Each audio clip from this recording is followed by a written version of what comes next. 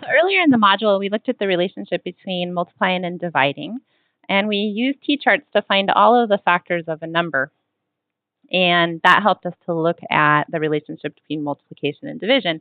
So we're going to use the same now to reduce fractions. So when we reduce fractions, we're looking for the largest number that we can divide the numerator and the denominator by. That's the greatest common factor, greatest being the biggest, common meaning the same, and remember factors are numbers you just multiply to get other numbers. And it's often abbreviated as the GCF, which I wrote in kind of a messy way here, I'm sorry. And so we have the fraction 12 over 36, or I could also say 12/36. And I want to find the biggest number, the greatest common factor, and I'm going to find all the factors first. Then I'll compare them. So the first set of factors is always going to be 1 in the number.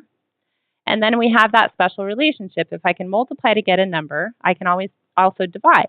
So if 1 times 12 is 12, 12 divided by 12 is 1, and 12 divided by 1 is 12. Same thing over here. 1 times 36 is 36.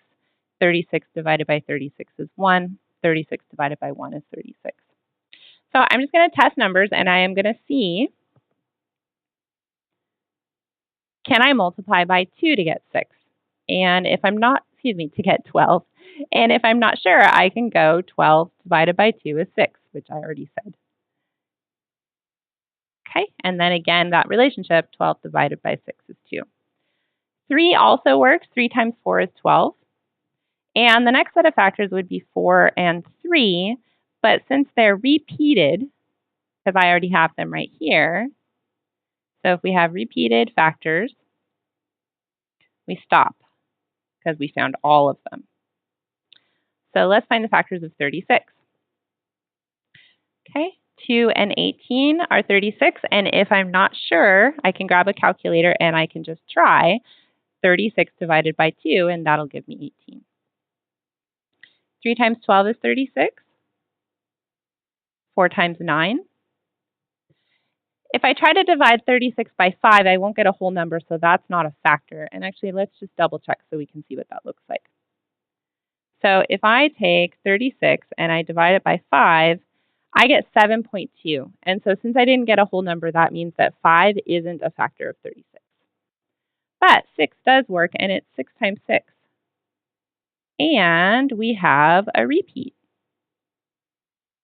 So that means we're going to stop. We found all of them. So I can see I have several factors in common, but the largest one that they have in common is 12. So 12 is the greatest common factor, or GCF.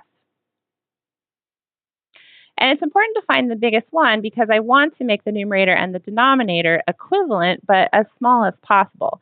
And if I put the biggest number in, I'm going to get the smallest number out. I'm going to divide by the GCF that I found.